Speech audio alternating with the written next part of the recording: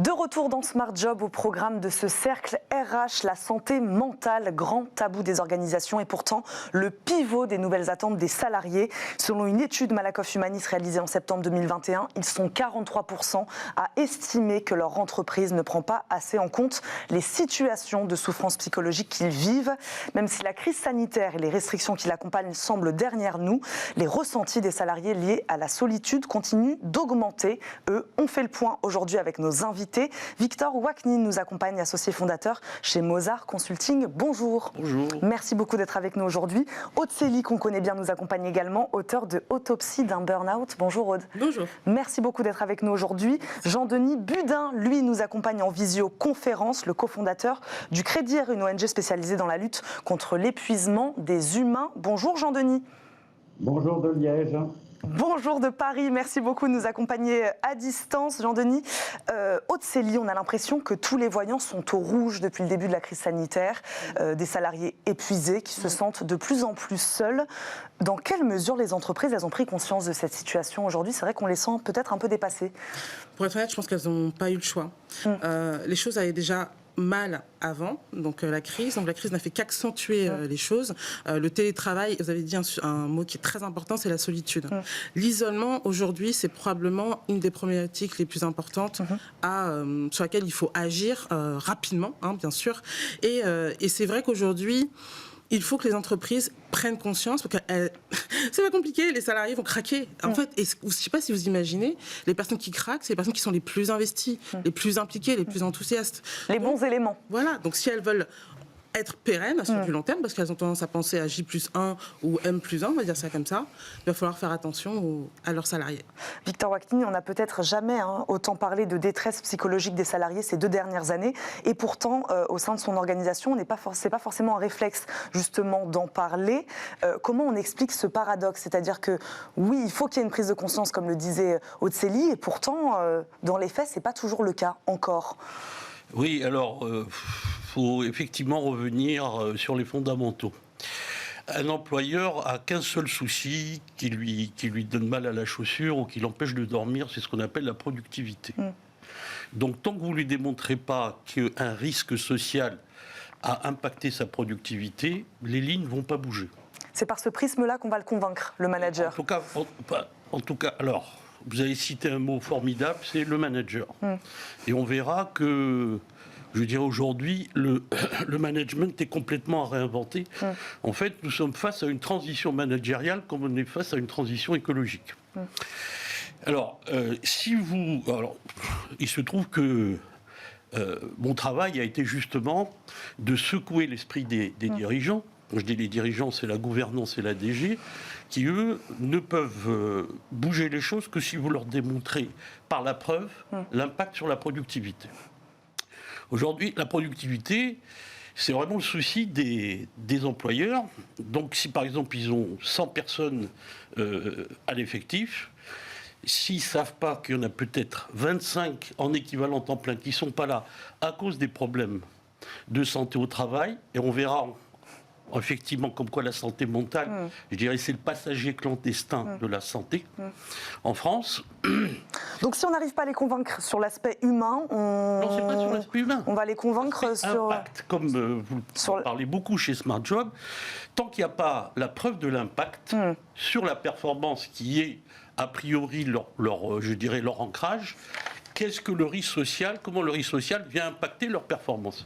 Une fois que vous leur apportez la preuve, et pas avec des sondages, avec des chiffres, la data, là vous pourrez commencer à parler. C'est ce que vous avez fait, vous. Alors je suis, merci, effectivement, je suis reconnu comme l'inventeur du bien-être au travail, de l'indice de bien-être au travail, et j'ai été, je parle un peu de l'actu, reconnu par le Wikipédia le week-end dernier, ce qui est vraiment quelque chose de très reconnaissant. Effectivement, mais une fois que vous avez fait les chiffres, il faut après inviter les autres experts, les autres connaisseurs du collectif de travail, et quelle est la place de l'individuel par rapport au collectif.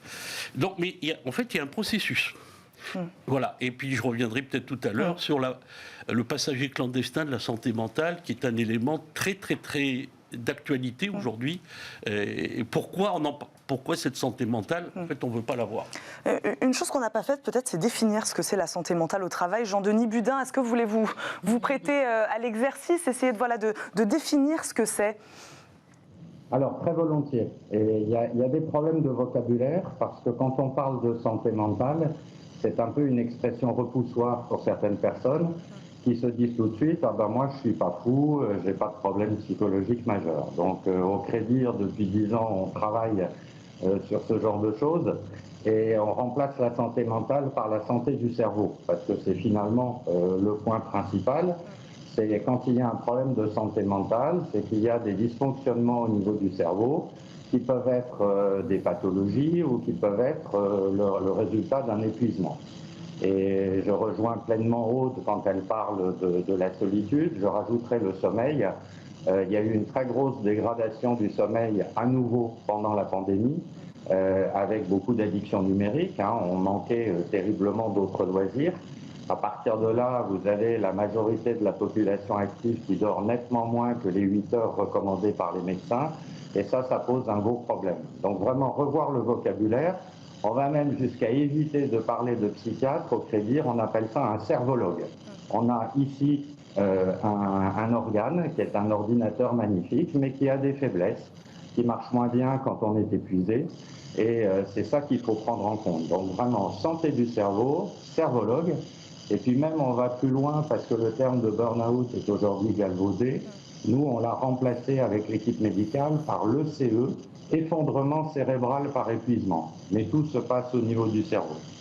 Aude Célie, j'aimerais évidemment vous faire rebondir sur ce que vient de dire Jean-Denis Budin sur le burn-out, expression galvaudée ou en tout cas la manifestation la plus commentée aujourd'hui de ce mal-être au travail. Est-ce que c'est vraiment la pire? Vous, expliquez-nous les raisons qui vous ont fait basculer dans cette situation, puisque vous avez écrit un livre, je le disais, Autopsie d'un burn-out. Voilà, sur cette question-là, vous, où vous positionnez? Alors la question de l'épuisement professionnel, c'est important effectivement parce que le mot burn-out est non seulement galvaudé, mais en plus il veut rien dire aujourd'hui. Il faut comprendre que déjà c'est un processus et que c'est pas un processus qui arrive du jour au lendemain. Il y a des étapes avant de s'effondrer et aujourd'hui il y a une difficulté même pour les médecins de détecter justement cette pathologie du travail parce que c'est même pas une maladie aujourd'hui ou en tout cas une maladie professionnelle qui serait reconnue par rapport à l'employeur.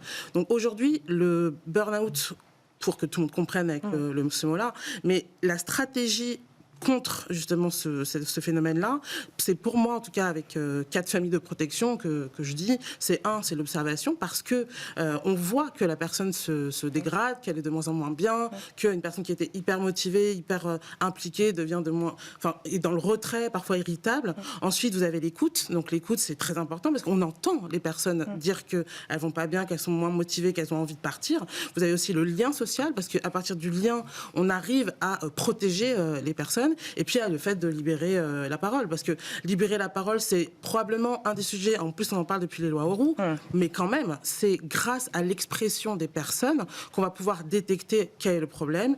Et je sais très bien que mes collègues aussi connaissent, mais il y a une différence entre le travail prescrit, donc, qui est la descriptive de job, et le travail réel. C'est sur le travail réel qu'on va pouvoir agir de manière précise, qui est concrètement en contact avec le salarié et qui là va avoir une puissance d'action phénoménal. Sur ces signaux-là, Victor Wattine, ces signaux-là que peut prévenir finalement l'employeur, le manager. En fait, dans la séquence de prévention globale telle qu'elle est connue dans le monde par ceux qui s'attaquent à la théorie des risques et des dangers, le risque social que l'on vit n'échappe pas à ce problème, comme un Covid ou comme la drogue ou comme le tabac. En fait, il y a 4 étapes dans la prévention. Vous avez la première étape, c'est prédire.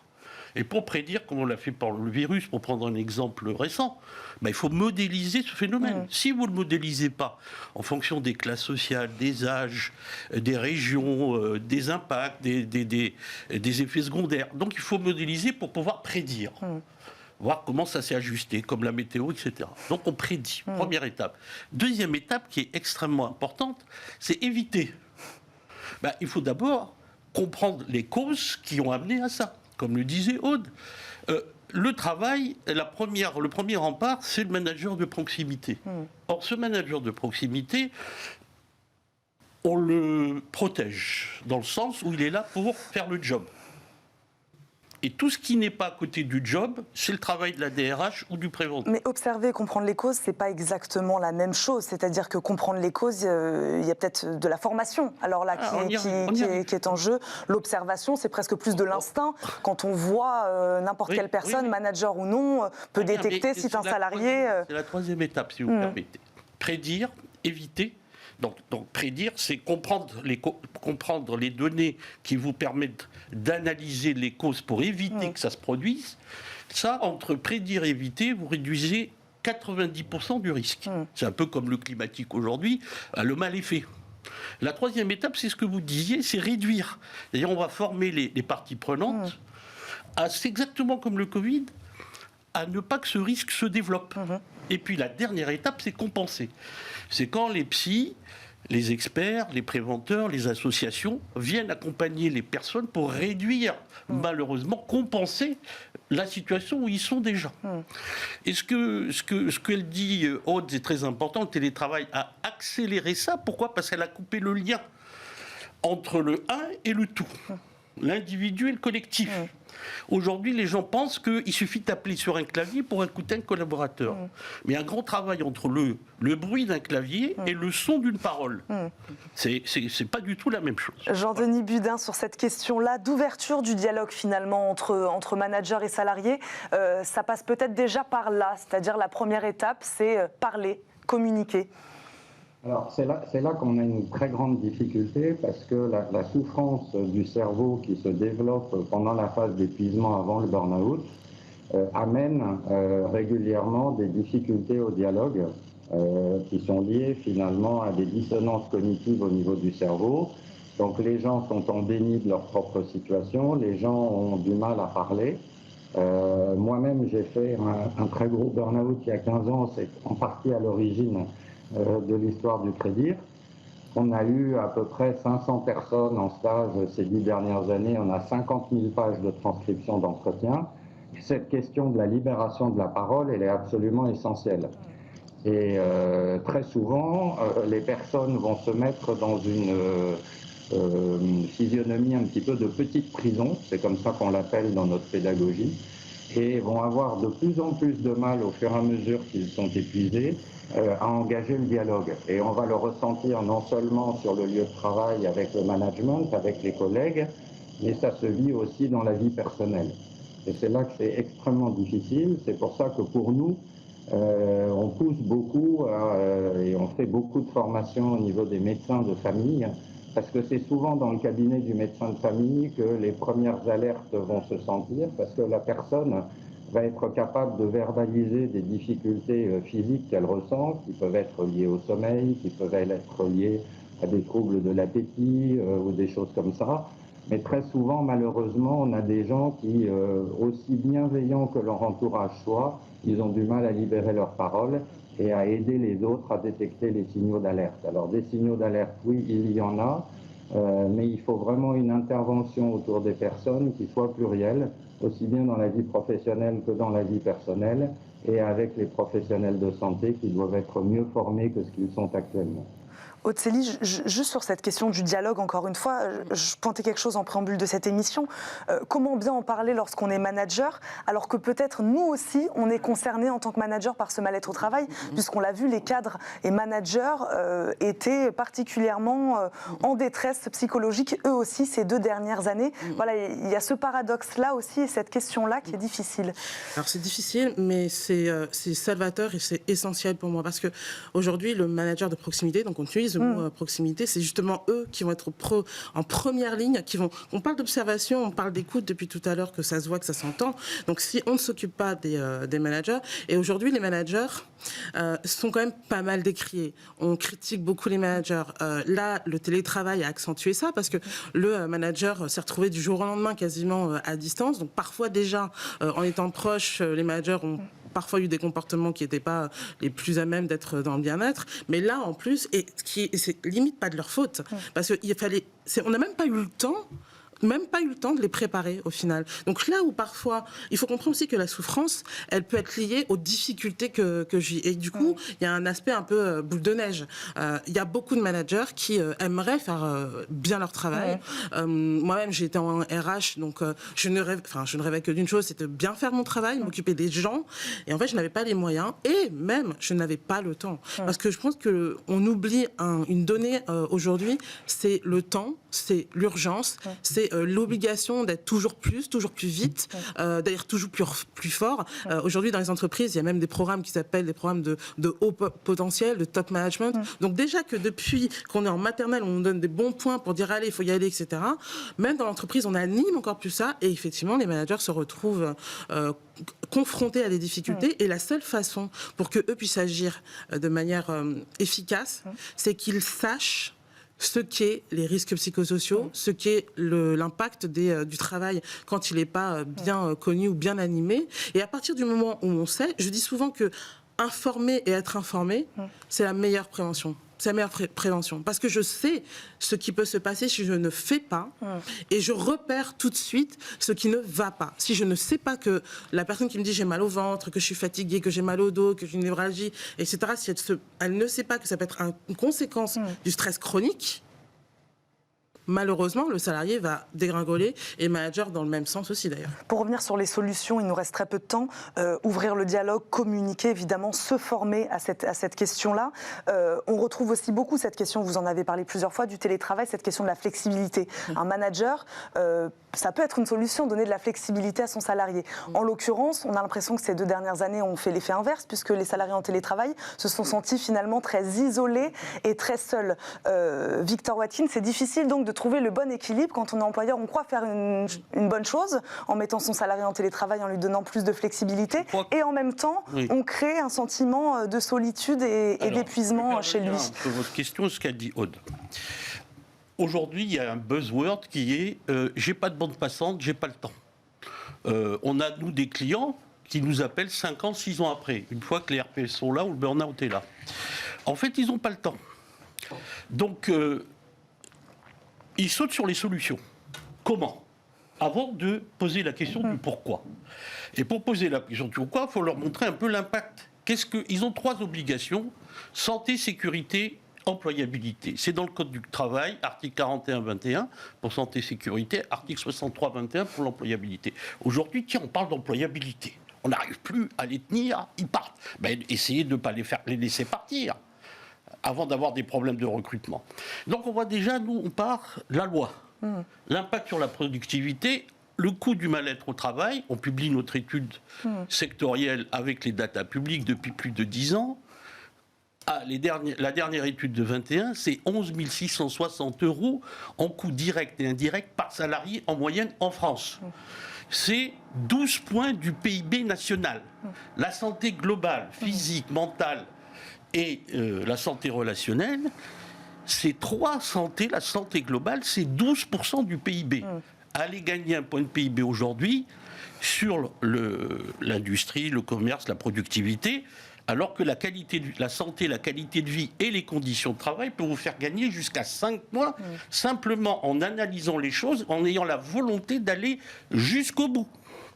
Donc c'est cet éclairage complet qu'il faut faire avant de sauter aux solutions. Et des solutions, on a. Aude parlait des risques psychosociaux. Il nous reste quelques secondes, je préfère vous. Les risques psychosociaux, il y en a 8. On les enseigne depuis 2010. On les enseigne partout. C'est même dans les appels d'offres de tous les employeurs. Très bien. Sur les 8 risques psychosociaux, il y en a 4 qui correspondent à la santé mentale. Le stress chronique, le harcèlement, la dépression, le burn-out, je rajouterai un 5e, les tentatives de suicide. Mais simplement, c'est l'affaire de la DRH, c'est l'affaire des médecins, c'est pas l'affaire du manager. Donc, alors que c'est l'affaire de tout le monde. Alors que c'est l'affaire de tout le monde, voilà. Bien dit encore plus. On va terminer là-dessus. Merci beaucoup à tous les 3 d'être venus sur ce plateau, d'avoir parlé de ce sujet éminemment important. Victor Watkins, je rappelle, vous êtes associé fondateur chez Mozart Consulting. Aude Célie, merci beaucoup d'être venu nous voir. Je rappelle, vous êtes auteur de ce livre Autopsie d'un burn-out. Jean-Denis Budin, merci de nous avoir accompagnés à distance. Je rappelle, vous êtes le cofondateur du Crédir. Merci de nous avoir accompagnés. Merci à tous les 3. Tout de suite et comme chaque jour, on termine cette émission par Fenêtre sur l'emploi.